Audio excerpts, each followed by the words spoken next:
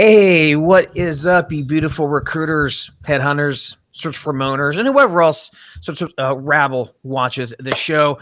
This is Headhunters Live, coming at you, live Thursday, February 20th. My name is David Stephan Patterson. You may know me as DSP, and right next to me we have my two co-hosts. We have right over here, we have the big boss, the big cheese, maybe the big old stinky cheese, Neil Lebovitz. What is going on, Neil? Not much, brother. All good. Excellent, man. And of course, on the other side of the screen, on the far side of the screen, we have the best looking man in the business, the Brad Pitt, if you will, of recruiting, Chris Wessel. What's up, Chris? What's going on, guys?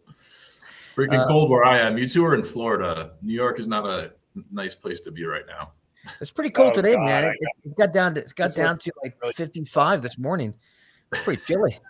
Well, you take 50 off of that. That's what we got going on. I barely survived the winter. It's only 74, 75 today. We got the cold front coming. It was like 85 all month. That's pretty. It's again. I guess it's all about what you're used to, right? But for me, it gets down to like 50. It's pretty dang cold. But that I like to wear my old fall clothes. Like some jackets, sport coats, a sweater, a couple of sweaters I brought down. Yeah. All right. I'm in Miami Beach and I see people wearing North Face jackets. I'm like, what are you doing? And I'm in like shorts and a t-shirt. It's crazy. Oh yeah, yeah. Well, guys, we have a fantastic show for you today. We have Heather Lipman on the call, and she is the founder of Higher Writing, and she's going to talk to us all about how you can use your writing as a persuasive tool to make more money, right?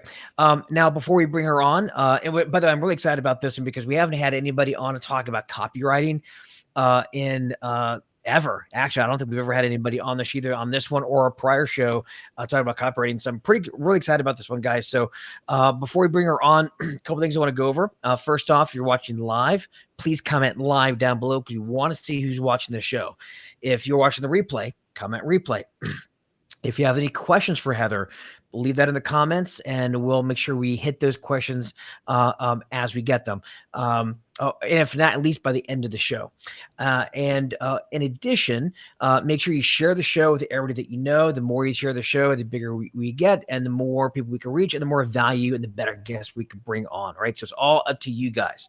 Now, with that being said, like to talk about mix, so that's good. Remember, we were getting the PC police bringing us grief for being a men's club, and we're like, look, we just bring on whatever guests make sense, and we haven't looked at their color, their sexual orientation, their pronouns. We just go with whoever will talk to us, and is available. Oh, I remember that. Yeah, there was that poster that it said that. Yeah, it was so weird. But I'd love to get a transgender Asian black mix for our next show, just so we can. Wait, you're not, Neil? I thought you were. See, I don't see colors, so I don't understand. I don't even know what you guys are or gender. You're such a wasp. Please. For those of you, you see a yarmulke on me like Woody Allen. For those of you who don't know what we're talking about, we interviewed Trisha Tamkin a few months ago, and then somebody made a comment in our show announcement. Something about why is it always a group of guys and not interviewing a woman? And it's like, I just have to roll my eyes. Anyway, but that's the backstory behind that. We're moving in the right direction today. So moving in the right direction today. All right. So now let's talk about our amazing sponsors before we bring our guests on the show. So first off, for those of you who don't know, I run a sales and digital marketing company called the Digital Headhunter. We help recruiters and search firm owners deploy sales and marketing systems, and it's a done-for-you service. Now, I do have a special announcement, however. Is in about a week and a half, starting March 3rd, I'm running what's called a Double Your Clients Challenge. It'll be, I think, the third time I'm holding this. I've not held it in over a year. And in 5 days, 1 hour per day, I'll teach you what I like to call the core 4 campaigns that you can run to get 3 to 5 clients in the next 90 days. It's $97. I've got a money back guarantee, and you can go to thedigitalheadhunter.com/D YCC, Double Your Clients Challenge. All right. So go sign up. The first 50 who sign up, which I think we're at 39 now. First 50 who sign up, I announced yesterday, we'll be getting a special bonus training from me on mindset called your North Star. It's only available in my premium courses, so it is fantastic. Make sure you're one of the first 50. So that is digitalheadhunter.com/Dick. Okay. Yes, okay. It is. Thank you for pointing that out, Chris. I've never seen that until just now, but now that you said it, I can't unsee it. Now you can't stop seeing it. Much like your penis. Anyway. Oh my God. So now let's talk to Neil. So for Neil, Neil's company is called Back Office Staffing Solutions. If you want to get out of the feast and famine roller coaster with direct hire staffing, or you make a placement 1 month and you goose egg the next month, and it's so stressful. If you want to start smoothing out your income, getting residual revenue, and you want to get into contracting or staffing or staff augmentation, whatever you want to call it, but you're afraid of all the teeth involved, right? The workers' comp insurance, or the paperwork, or just the insurance in general, the payroll funding. That's the big one, the payroll funding. Neil's company, Boss, has it all handled. They're the only company like this that I recommend. They're fantastic, very well priced, and you can brand an app with your company logo, your colors, etc. So when your clients are entering in, when they're getting their invoices, or when you're consultants or your candidates are actually entering their time, it looks like a branded app. It's amazing. So with that said, go to backofficenow.com and get started. Neil, anything you want to add before we bring on No, sir. Heather? Excellent. All right, let's do it. So Heather, we're going to bring you on. Here we go. Let's move you right in the middle. Perfect. Well, Heather, thank you for in room listening to a bunch of 12-year-olds. Like, I was going to say, I appreciate being invited on the most socio-political divisive episode that you guys are going to publish. Yep. And I just wanted to let Chris know it's a cool 61 degrees here in Los Angeles, and yes, the heat is on. Well, now this may not be the most political show. Did you see our show last week, where we talked about taxation as theft? Oh, I have to check it out. Oh, that's a good one. Anyway. Hey, wait, let me ask you, since you're our first woman in a couple of weeks, sure. Do you agree that Chris is the best looking of the three of us? Is it like, guys can think that too, just saying. You know, I mean, I guess it depends. Are we talking friends with benefits, husband? Oh my word. I mean, you know, we could get deep. There are different categories for these things. I like to think that I have universal appeal, Neil. So. Yeah, I would say this is the best looking panel I've ever been on. How about that? How about David and I, between the two of us? Because Chris is an everyone's got a box, Neil. Everyone fits somewhere. There's a place for everyone. All right. We're also the humblest show you'll ever be on. Yeah, absolutely. Humility is our best quality by far. Anyway, Heather, great to have you on the show. I apologize in advance for anything we may slip out or may say that may be untoward. Now, with that being said, Heather, I guess tell us a bit about who you are, because this is interesting. You specialize in writing, right? You're a copywriter, or you help recruiters with their copywriting. For those who don't know, copywriting is the words on the page itself, right? Persuasion. So I guess before we get into the details, tell us about you. What do you do? How do you do it? And yeah. It's an interesting path. So I actually have an MBA in nonprofit business management, and that was the path I wanted to take. Grant writing was really exciting. I thought you could basically write a book report and get a big check in exchange. And so after graduation, I took a job in the nonprofit. I was the only MBA amongst 75 social workers, and it was absolute hell.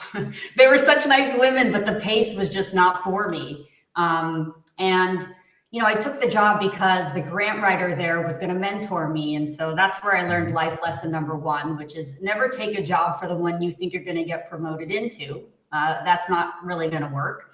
I immediately started looking for other positions in the nonprofit sector, and without any experience, no one would talk to me. So I started to play with my resume a little bit and saw that I was getting more traction. And that's when I learned life lesson number two, which is companies don't hire to fulfill my life dreams. So it really doesn't matter how much passion I have for fundraising or how much passion I have for grant writing, if I can't prove that I can be successful for you, I don't really have a place at the table. And so I made the decision to give up the search in the nonprofit. I found a job closer to home, and it turned out to be executive search and placement for the life sciences. And I absolutely fell in love. I walked into this office with young people and Macintosh computers and beautiful purses. And I just said, I have to have this job. And so during the interview, I compared recruiting to fundraising, where you prospect donors, you look at what causes they've donated to in the past, and then approach them with opportunities that speak to their interests, which seemed like a logical way to approach recruiting. And it turns out it was. I made the case, they gave me the job, and I fell in love. It was a small team of 8. Recruiting can be volatile. 2 people left within the first couple of weeks. And so instead of handing my call list off to the executive recruiters, I said, well, I'll get on the phone, made that first call, and I was hooked. And so that was the meandering path I took into recruitment. Now, what we discovered there while recruiting for huge pharmaceutical companies, biotech and med device, was that some of the world's most brilliant scientific minds would produce the most horrible resumes you've ever seen. Those were big fees being paid, and it was almost embarrassing sometimes to submit these candidate materials on their behalf. So I started looking into resume writing, and turns out there's a real formula. And I just incorporated it into my outreach messaging. And there was one search we were working on that was one of the first alternatives to chemotherapy that was non-invasive. And I remember making my subject line something just like that. The first non-invasive alternative to chemotherapy, want to help. And I was just flooded with responses. And so that's when it dawned on me, it really makes a difference, if you're speaking to your audience in a way that matters. And fast forward to today, where ChatGPT is a big deal, I've found that being very intentional with your writing is all the more important, especially when most people are relying on these ChatGPTs. Even when you humanize it, there's nothing like really being spoken to directly. So but Heather, you did this to hook potential candidates to recruit them and make a fee. Yeah, 100%. Yeah. Think about ChatGPT, and you may have seen this as well. You talk about everybody using ChatGPT. I don't know about you, but I can spot like from a mile away when I see game changing, revolutionary. Here's a truth bomb. I'm like, oh, that's a ChatGPT phrase. I recognize that. Right? Yeah. ChatGPT is great. AI is great for writing, but people rely on it too much, and they just copy paste what they get, and it's super obvious. I think it's wonderful for a lot of situations, but when you're potentially tapping someone on the shoulder totally unsolicited and asking them to give you $10,000 to $100,000, you want to put a little bit more effort into it. It's almost like my first recruiting boss used to say, earn the right. You need to earn the right for people to listen to you. Mm-hmm. And that really resonated with me, and I just have a passion for writing. And I've been able to translate this into candidate recruitment, client prospecting, and helping other recruiters with their outreach campaigns. Well, and there's such a competition for attention, right? Like, I mean, yes. One of the things I've been saying I've been doing this for 20 years. I run a full desk still. These two are out of the business and just consult and do other things. I'm still doing the work every day. So I've noticed that, and I tell this to clients, I tell this to prospects, that basically, listen, anyone can find anyone. And I'm sure Trisha Tamkin would disagree, but sourcing is important. Don't get me wrong. However, if you've got the best prospects ever lined up and you hit them with the wrong messaging, it doesn't matter. You're not going to convert, right? So competing for attention, being a good storyteller, actually persuading someone to oh, hey, take a look at this opportunity is critical. 100%. I actually had a celebration dinner earlier this week with a placement. He's a doctor, and said to me, it was so strange that I answered your message. Recruiters ping me all the time. And I hear that often. Sometimes I'm impatient and just want to get right to the point. I want to know if you're the right person for me to spend time prospecting and qualifying and not. And at certain, calibers of talent, they're so inundated that I don't know how people catch anyone's attention when they sound like they haven't put any time into it. It also makes the recruiting process so much less painful. If you really target the right people and you know why they're right, your message is already crafted in your head. You know, in sourcing, in identifying that, you know, Neil is the perfect person for me to reach out to because I need some back office support. And if I was to, you know, put in my message the top 3 pains I have with that, I'm going to catch his attention because I'm speaking his language. So I like that, you know, in today's day and age, it still matters, and people still want to be engaged in a way that feels good. All right, so let's dive into that a little bit. So if I'm recruiting candidates, for example, so let's say I've got a job recruiting for, and I'm going to build like an email campaign or LinkedIn campaign, or whatever it is, right? I want to just, here's the messaging I want to use.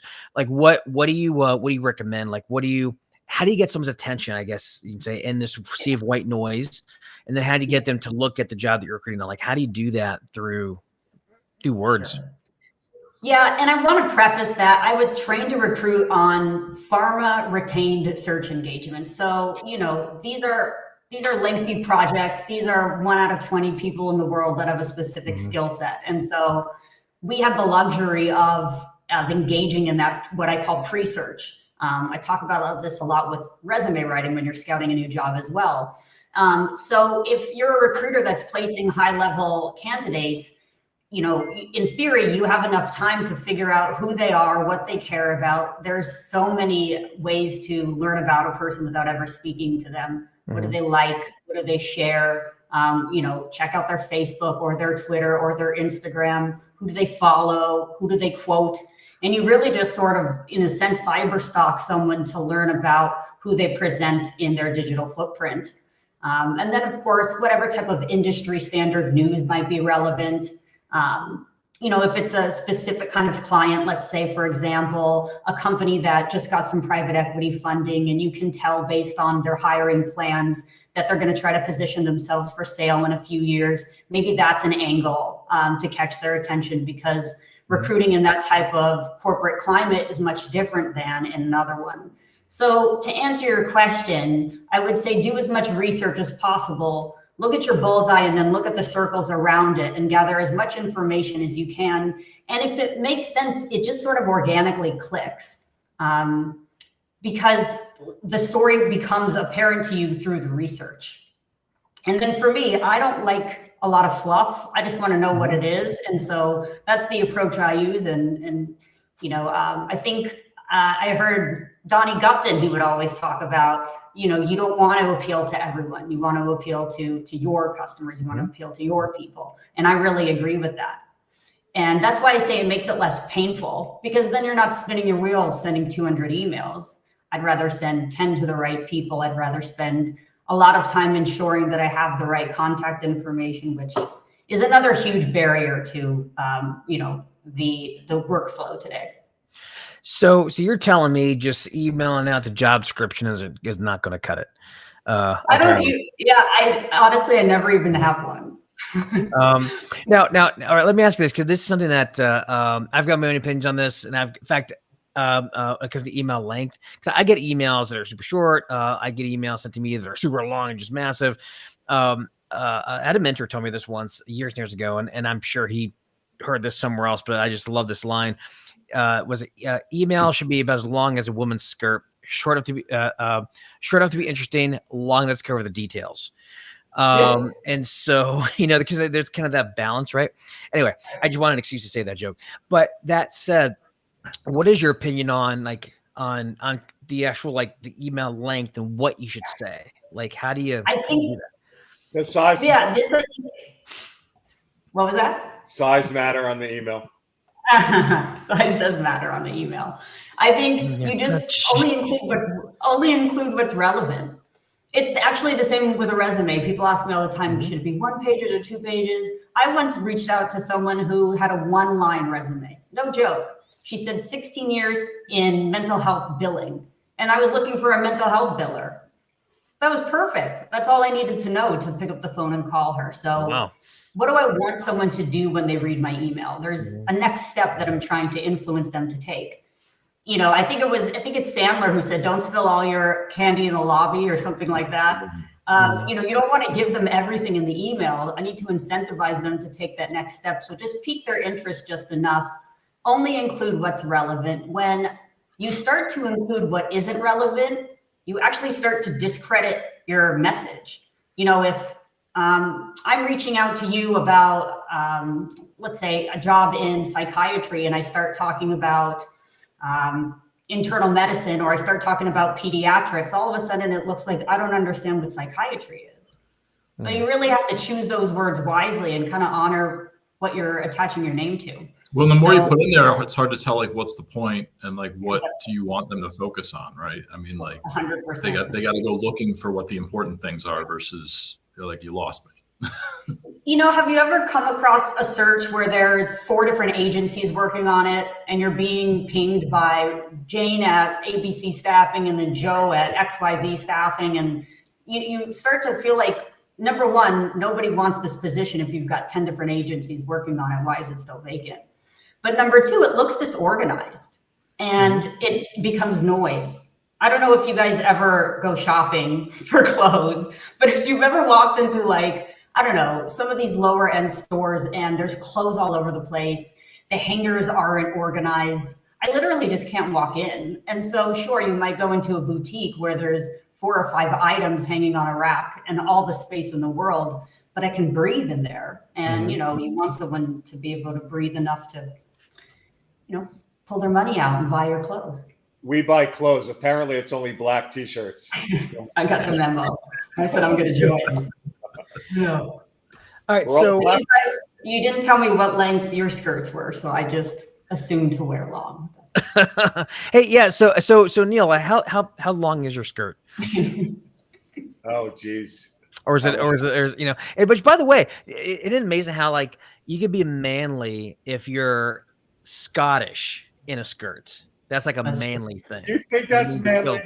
I don't. I know a lot of Scottish people. It's pretty. Have you been to the Highland Games? Those guys are throwing logs and hammers. Oh no, there's some fucking manly, dude. The crap out of me, but it just. Well, that's when size matters, because we were looking at the size of their calves. I mean, that's what they're revealing. So that's true. That's true. That's still better. All right. So let's talk about resumes. So I want to, before this goes too off the tracks here. Sure. So we I know with one of the things that you do is you help with writing resumes. You mentioned that earlier. And you talk a lot about like truth telling, right? Being able to have a story and then being able to like present truth. So if you're talking to a candidate and you want to present that candidate's resume to a client, like, how do you do that? How do you help them create sort of the resume that helps tell that truth and tells that story? All right. So what are some best practices you could share around that? Sure. And I'm really happy you brought this up, because I want to make one point of clarification. I will never edit a person's resume who I'm submitting to a client. I feel like that could be a little bit iffy. What I do, though, is go into a very specific type of interviewing and submit my notes along with their resume. And essentially what I'm doing is speaking on their behalf to the hiring team, really filling in what their resume might not say. And so, yes, resume writing is a service that hire writing offers. It's a separate service from recruitment. The two, you know, sort of don't meet. But in terms of, you know, you might be sourcing, trying to think of an example, someone who isn't the right fit by title, but you can tell by their experience can do the job that you need. If they were to submit their resume without any additional context, they'd be overlooked.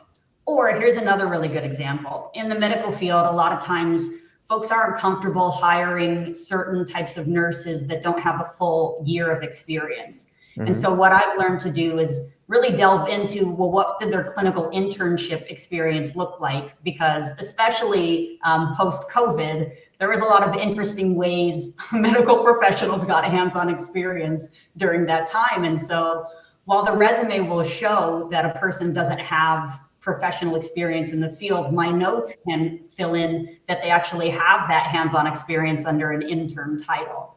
So, you know, it's not necessarily editing a candidate or a prospective candidate's resume for them, but understanding what else is relevant that might not be on paper so that they're not overlooked. Well, I think that speaks to the nature of the relationship with the client. Because I feel like I know over 20 years, I've done a lot of resume surgery, and I know there's a lot of people who watch this that will fix stuff up before they send it out. And I think when you have good clients you have a good relationship with, and you're talking to the right person at the company, sending whatever version of a resume unedited but accompanied by your notes does the trick.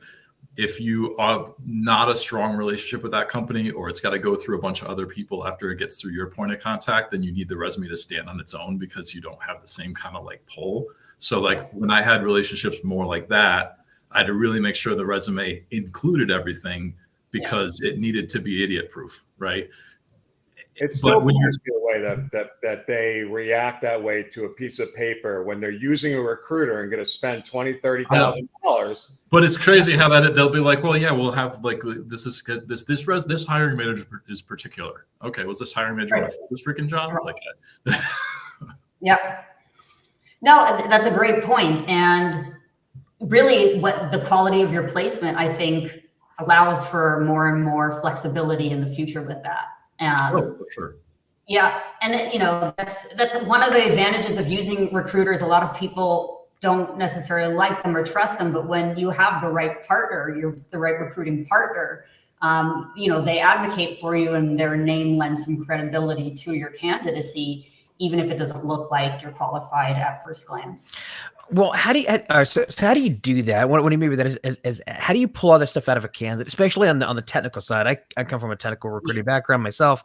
I recruited at SAP, so I worked a lot of solution architects that had great technical skills, but trying to, as you said, fill in the gaps, or fill in the white space, or to get fit, or to get beyond all the acronyms, the sea of acronyms they give you. I knew this, and I knew this, and I knew this, and this. Okay. Every implementation they were on was a copy paste of the last one. But God! Which is why you get these 25-page alphabet soup resumes, which I'm sure we've all seen some of those. But how do you? But going into a conversation with a candidate, and if you're trying to pull that information out, how do you do that? Like, because especially these technical guys, it's on my hard resume. to get that out of them. It's on my resume. As you can see, it's on my resume. Yeah. That's like a great way to get. Love that. That's a great way to get released from consideration. Just telling the recruiter it's on my resume. Like, okay, go with that. Context, and this is where I think technical interviewing really comes into play. So the more I know about my client's environment inside, a day in the life of, the more I know to probe for on my candidate interviews. And so if I see this acronym, AWS, sure, everyone's got AWS, but tell me the before and after story. How did your AWS certification impact whatever specific problem was going on at the time? And I think that really comes from just being so seasoned doing resume interviews, where a lot of the time people don't think about, like I said, again, those sort of rings around the center of the bullseye. And so it's not just about the certification, it's about what problems that certification can solve, what problems did that certification solve, what problems could that certification solve, because maybe the problem it could solve is the exact problem my client is facing right now. And so it really is an exchange of information from sort of your destination, which is the client, to your starting point, which is your prospective candidate, and trying to build that bridge. And again, that's where the truth telling comes in. If I'm struggling to advertise on your behalf, you're not a right fit. And I'll know that instantly. And I learned that through resume writing when trying to create a resume for folks who were pursuing jobs that they weren't qualified for. And there were about 2 times, and I've probably written close to 500 resumes, where I had to call the resume client back and say, hey, I tried to write it and I couldn't. And that just lets me know that this isn't the right path. So we got to go back to the drawing board. When it's true, it just flows, and it's so much fun. And you'll come to your, hiring team meetings with the most enthusiasm, because even if I don't understand all of the specifications, I'm not an industry expert in science. I'm not an industry expert in technology, but I can tell when it flows, and I'll know that I'm going to deliver some key words, so to speak, to the hiring team that's going to be very meaningful to them. So context is really important, and really listening for, how to create a story that you can tell on someone's behalf. Now, when you say story, are you talking more about like that kind of story from when they got into the industry and kind of their journey, or something else? Like, what? So when you say story, what do you mean exactly? Thank you. Story is really fluffy. I mean, are you the solution to my client's problem? And if so, how? And so, that's the story we're going to tell. Okay. I submitted someone earlier in the week who it was for a compliance job. And this particular person had compliance experience at a healthcare company that went to 2 mergers and acquisitions. And so if I have a client that might be in a similar situation, that's going to be the high level talking point I'm going to relay, because it's going to immediately set that compliance prospect apart from another one, because the compliance with an environment like mergers and acquisitions is just not the same as one that isn't. And so that's the story I'm telling, and really that's what I'll lead with. And if I don't know, I'll reach out to the hiring team and say, hey, this is why I think they're interesting. What are your thoughts? And like I said, it sort of makes it less painful, because all of a sudden there's enough intrigue for the handoff. And then the 2 industry experts can, have the conversation that they want to have, really without my help, other than the introduction, the precision sourcing, and of course the savvy engagement. So it sounds like, okay, so it sounds like to me that you're talking about if you get the right information from the clients as far as what their challenges are, what their pains are, et cetera, and really the story is about how that can solve those specific pain points with their using their experience. Kind of like, I guess it's like a feature benefit, right? Their experience being a feature benefit to the client. The benefit is just solving of the pains and figure what the pain is. Then you figure what the features the candidate has, and figure. So really, the story is the benefits in a way of their how their features can solve pain in essence, and bring them to their vision or whatever they want to accomplish, right? Right. With the objective of problem solving. If there is a job vacancy that employer has a problem, they need someone to do something in that opening. And so, you, the candidate, are the solution. So let's describe how. I think another feature of storytelling is to get around objections. So I don't know if you've ever had the experience of where you're interviewing a candidate and you just hear your client in your head objecting to, point A and point B and point C. And so dive into those objections and figure out if they're, if there's any additional context that can overcome. For example, if you're, working with someone who wants full-time employees on site in a very, work from home, remote / hybrid world, there are certain jobs where if the commute is too long, it's going to burn out the candidate or, the new hire. And so if I see that someone has been making a 60-minute commute for the past 4 years, that's enough juice to go to the client and say, hey, I know that ordinarily we would overlook someone that's this far away, but they've demonstrated that they can handle this commute. And that actually happened. And the lady said, are you kidding? That those 60 minutes to work every day are my vacation. I've got 4 kids at home, and that's the story to tell. Oh, that poor really woman. Makes sense. Yeah. Well, that overcomes what they might assume, right? They may be like, oh, they probably don't want that commute. They're like, they're probably 100%. They create stories in the absence of those. Such details, a good point, right? Chris. 100%. One way to figure out what those objections are, or to at least anticipate them. I've used this technique for years. Is always think about the yeah buts when you present something, and just think in your head, your client or your prospect or whatever, and they say, yeah, but this, it makes sense, but that. Like, so always think about what are the yeah buts involved, and you think about what the yeah buts are for each time you talk about a candidate's feature or benefit, whatever it has. What is the yeah but? And if you think about it in those terms, it's pretty easy to come up with those list of objections, right? That's the way I look at it.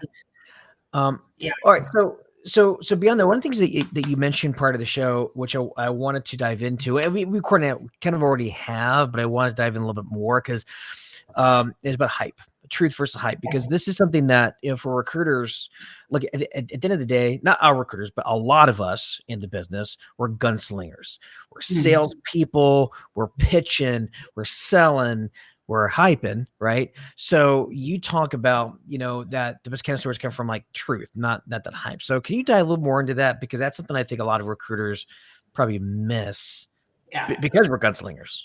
Yeah.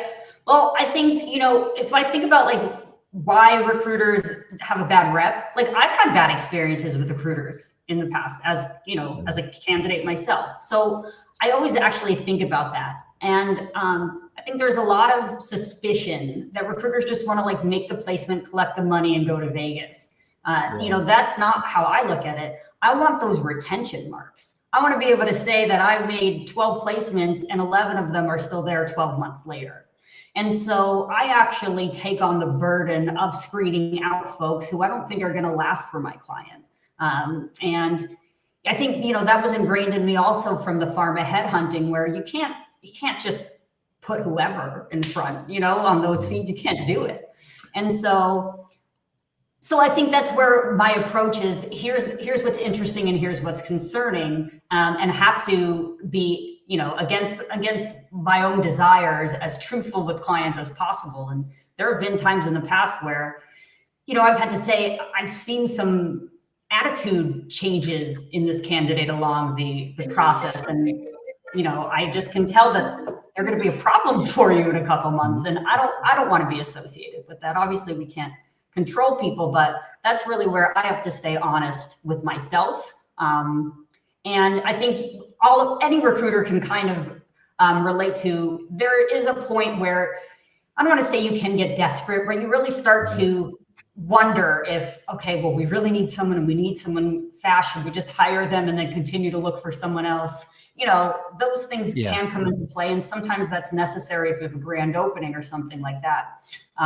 But it all, you know, really comes back to staying truthful. You know, I have to stay truthful with myself, and especially getting good with copywriting that is selling. And so I want to be extra mindful that I don't oversell someone as well. Well, it also is, it helps build a relationship, because when you, at least whenever you, when you submit a candidate, and of course every recruiter says they've got great communication skills, great this, blah, blah, blah, blah. But you also say, by the way, here's one potential red flag that I want you to be aware of. Think about the relationship that you build with a client, because recruiters just don't do that. They never do that, ever. And if you put in just one concern, right? And not even red flag might be too negative. You could say, like you said, like, here's a concern I have. And what I'll usually do is I'll say, this is something you may want to probe into a little bit in your conversation with them, right? Just to be like a little like even-handed, right? Now it does require a lot of discipline. Like, listen, for a long time, it was hard for me to do that. So it's easier said than done, but like it gives you so much credibility. And there's even been times I may have sat in on an interview, and afterwards I told the client, as much as I want to fill this, I don't think this is the one. And they're like, oh, I'm glad you said that, because I don't think so either. And I'm just like, whew, I made the right call there. And 100%. You know, but it's tough, because you got business you want to do, you want to get the job done, but you also don't want to be backfilling it in 3 months. But in those instances, when you show someone you essentially have the courage to fight for what's right for them, you know, they remember that. And the next time a search comes up, they're coming back to you. You know, they're not going to anyone else. Well, it's a big differentiator as well. I mean, it's so again, I come from the IT, well, SAP, but basically IT, for the IT recruiting world. And so I spent close to 20 years doing that. And there was a joke for anybody who got resumes, because usually when you're IT recruiting, you get resumes from the body shops, you know, with their latest consultant on the bench and And the joke always was, is that if they say they have excellent communication skill, it means you could kind of understand most of what they say. If they say good communication skill, you can't understand a word of theirs hand. It's just like a standard, like what you come to expect when you get a resume in IT. Good communication skill equals can't understand a word they flip and say. And so being able to, you know, that's what they always did. I like to create these full candidate profiles. I send them in, because most recruiters don't do that, or again, they lie, or they, you know, whatever they obfuscate the truth. Is that the word? I can never say that word. That's a tough word for me to say. You know, for my little brain. No, but you know what's nice too is if you call out a concern in the submittal, it's better that you say it than them come back to you and bring it up to you. Because that, you know what I mean? 100%. Now you're staying ahead of it, because you know it's going to come up when they talk to them. So you're just getting in front of it. Yeah, I think there's an element of pride. You know, I love this business. It's just so much fun. It's so rewarding. There's so much adrenaline. And, you know, I have a lot of pride. I want to do the best I can. And I like to work with people that want to do the same. So. Oh yeah, for sure. Oh yeah, there's a bunch of pride in it, and I think people want to be known. Well, I don't know. I mean, it's people generally speaking that the best recruiters want to feel like they're doing a good job. They want to feel like they're putting quality service as opposed to just resume shopping and being like a resume broker. And I know a lot of recruiters who are content to do that and bill a couple $100,000 a year, but the ones who get repeat business and get engaged work and retained work, they typically are a lot more truthful and more consultative, and maybe lose some of those gunslinger sort of qualities that got them in there in the first place.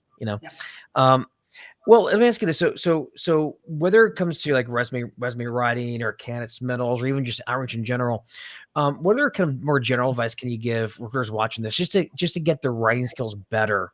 Because I'm sure you think just writing skills in general are going to help them not only with resume submittals and emails, but just in general, like when it comes to, so what's some advice you would give?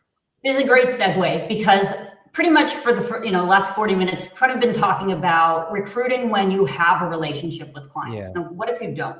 What if you're doing the MPC, the most placeable candidate approach? Then that's when your research really becomes important.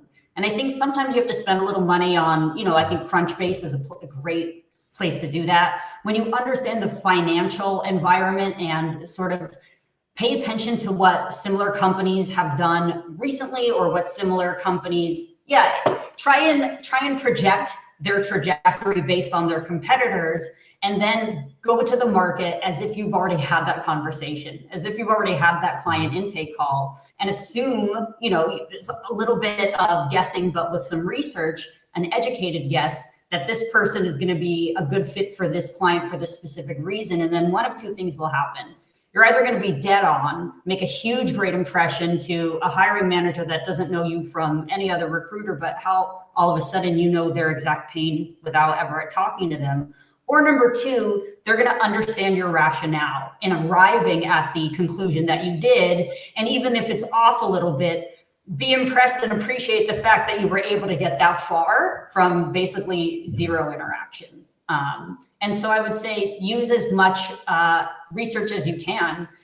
Do some sleuthing and talk to people that are at the company and get some information on what the environment looks like on the inside. Take something away from every single conversation that you can use to get your foot in the door at a cold prospect. So, yeah.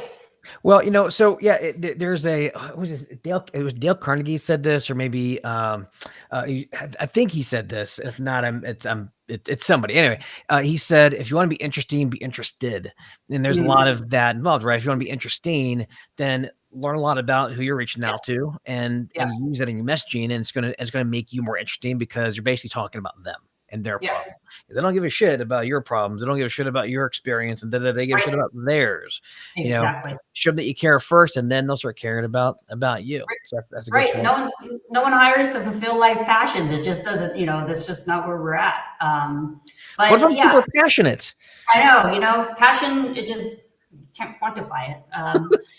How much is passion worth? I'm not sure.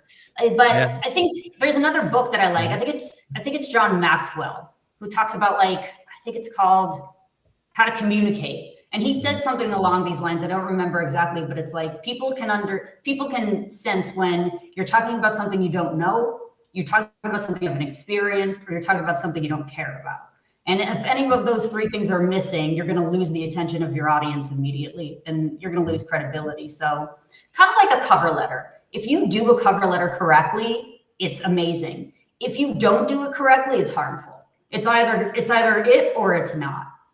Because again, you run the risk of putting yourself in the spotlight and demonstrating that you don't fully understand someone's problem, which depending on the job and depending on the hiring manager is going to be, sometimes you really only have one shot.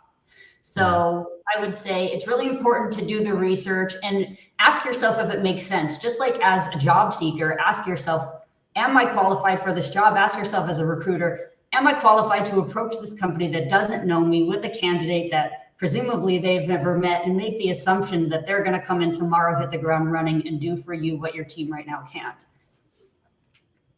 And with how easy it is to find information on companies, be it via LinkedIn or Signal Hire or SalesQL or Crunchbase and yada yada, there's no excuse to not do a little bit of like a modicum of research on your prospects before you reach out. So it just makes sense, and candidates for that matter, actually, right? Especially if you're dealing with in your situation, well, I think you said there could be 1 of 20 people that could do the job, right? Well, then you've got the ability. It's harder. You're reaching out to 500 candidates, but if you're reaching out to 20, you got the time to craft every message specific to their background. So I definitely get that. And that's why I think the boutique compensation model is, folks are on salary, the recruiters are on salary because they, couldn't survive. It was on commission, working on one search for 9 or 12 months before it closed. But that's why you have the ability to conduct that pre-search because you got to get it right. Yeah, 100%.